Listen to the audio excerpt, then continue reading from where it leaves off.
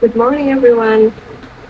My name is Miss Syifa Yustiana from State College Meteorology, Climatology, and Geophysics. Today, we want to talk about something, I would say, that lives just like us, has a brain just like us, but people say we are different. Maybe you can guess it right, and it is an animal. Okay, we start with a simple question. Does my pet really love me, or does she just want treat? Obviously, she really loves us. Obviously, right? How do we know what's really going on in their free heads? And something is going on. Why is the question always, do they love me? Why is it always about us? Why are we such narcissists? And I have a different question. Who are you? I think this question is better for animals. We have things going on in our minds that we tend to assume are the exclusive abilities of humans. But there are other brains out there. Some of them are very big. And what do they use these big brains for? Can they think? Can they feel? And how can we possibly find a way into that question? Well, there are ways in. We can look at the brain or evolution and we can look at behaviors. First, we should realize that we inherited our brains. Our brain comes from somewhere else. Jellyfish have the first nerves. And the first nerves gave us the first spinal cord. And the first spinal cords became the first vertebrates. Vertebrates came out of the ocean and started creating all kinds of trouble. It is still true that nerves of a fish or a dog or a person all are basically the same. What matters is their organization. However, if nerves are the same, what does that say about the possibility of mental experiences? Okay, let's take a lobster, for example. Lobster develops anxiety disorders when it is given small electric shocks whenever it tries to leave her cave. But if you give it a drug that is also used in humans to treat anxiety disorders, the lobster relaxes, comes out, and explores its surroundings. The same thing applies to dogs with obsessive compulsive disorder, and they receive the same treatment as we do. And it works for them too. And what does this mean for the parallel functions in our brains? Do we celebrate the anxiety of lobster? Nuh-uh. Most of the time we just boil them. Another example is we can look at the octopuses. Octopuses use tools as well as the most creators. They recognize human faces. Do we celebrate the apple-like minds of octopuses? No, mostly we boil them too. We can take a look at the sea otters. Sea otters use stone tools and interrupt their daily activities to teach their baby what they need to know. Chimpanzees use tools too, but do not take time to teach. Killer whales teach and they share their food. When we look at the human brain, we see that the human brain is an elaboration on earlier brains, an elaboration that comes through the long sweep of evolution. If you compare the human brain with that of a chimpanzee, the human brain appears like a very large chimpanzee brain. After all, it is big, so we can retain the insecure feeling of our own superiority, which is the main thing that matters to us. But here's a dolphin brain, bigger, More convolutions. What does this what does the dolphin use this brain for? I would have thought one fact, and it is we can see brains but cannot see minds. Nevertheless, we recognize the workings of the minds through the logic of behavior. The elephants in his elephant family have found a shady spot under the palm trees, a really good place for babies to sleep. The adults also rest, but they only doze. They remain somewhat alert the whole time. We understand this because they understand the world in a similar way to us. They look relaxed because they are. They choose the shadow for the same reason we would choose the shadow. And some elephants don't look relaxed. They seem alarmed. They are alarmed. There are dangers.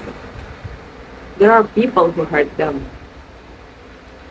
It turns out that if you take recordings of conversations between tourists and conversations between herders, who sometimes herd elephants and play them through hidden speaker, the elephants ignore the tourists, but they bunch up and flee in fear from the conversation of herders.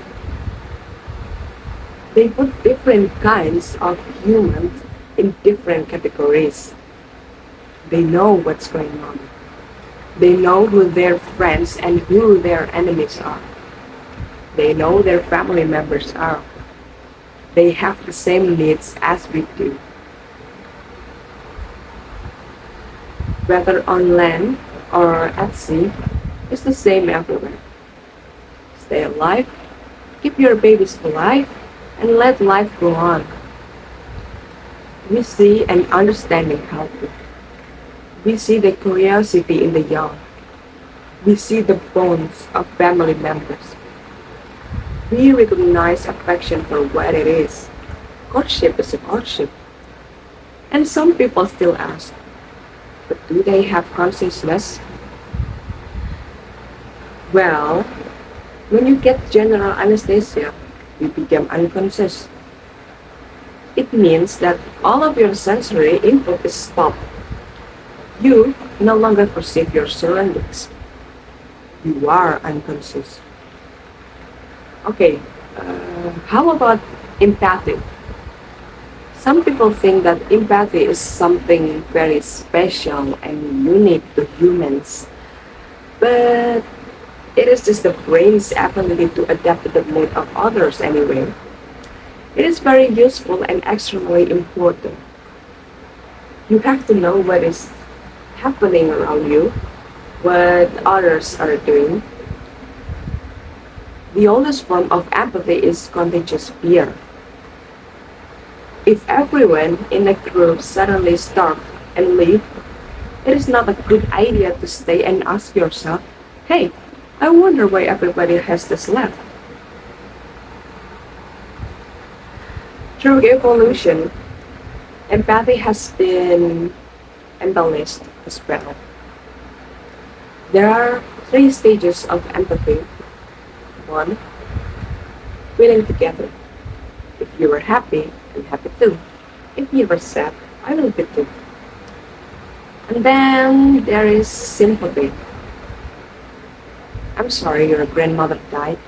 I don't feel the same, but I sympathize. And then there is what I call compassion.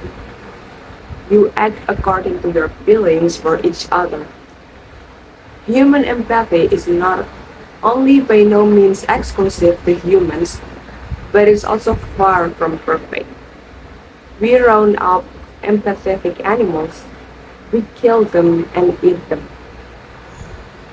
You might say, that's the predator-prey relationship. That's a different species. Humans are predators. But we don't usually get along very well with each other either. People who only understand one thing about animal behavior like to argue with the following word And that one should never project human feelings onto animals. But I want to show you today that projecting human feelings and thoughts onto animals is the best possible assumption about what they do and why. After all, it is not exactly scientific to call them hungry when they are eating, tired when their tongues are hanging out, and when they are playing and seem full of joy to see. We can't possibly know what's going on in their minds. I recently had a conversation with my friend who said, "That's convincing, but how do you really know that other animals think and feel?" And I realized the answer was right in front of me. When my cat jumps up from the carpet, comes to me, rolls onto her back, and presents me with her belly, she's thinking, "I want my belly rubbed." She knows that she can come to me, not to the sofa, that I understand and can fulfill her wishes, and she senses the pleasure she feels when she's pet. She can think and also feel. It's not much more complicated than that. And when we see animals, we often say, "Look, elephants, they are killer whales," or whatever we see. But they know each other very well. They are not simply killer whales. There's the one with the tall fin, the mane, and the old one. They know exactly who they are. And there is the elephant named Philo, and he died 4 days later. People not only feel grief, they also cause it. We want to carve their feet, but why don't we wait until they are dead? Elephants once lived from the shores of the Mediterranean to the Cape of Good Hope in Africa. Until 1980, they held several extensive strongholds in Central and East Africa, but their ranks are fractured and fragmented. This is the geography of a magnificent creature that we are driving to extinction. We do much better in national parks in the USA. We simply killed every single wolf in Yellowstone. But the funny is, 60 years later, we brought them back because the elk was out of control. What we believe does not make us human. What makes us human is that we are the most extreme, we are the most compassionate, the most violent, the most creative, but also the most destructive animals that have ever lived on this planet. But we are not the only animals who love each other. We are not the only ones who worry about their partners and children.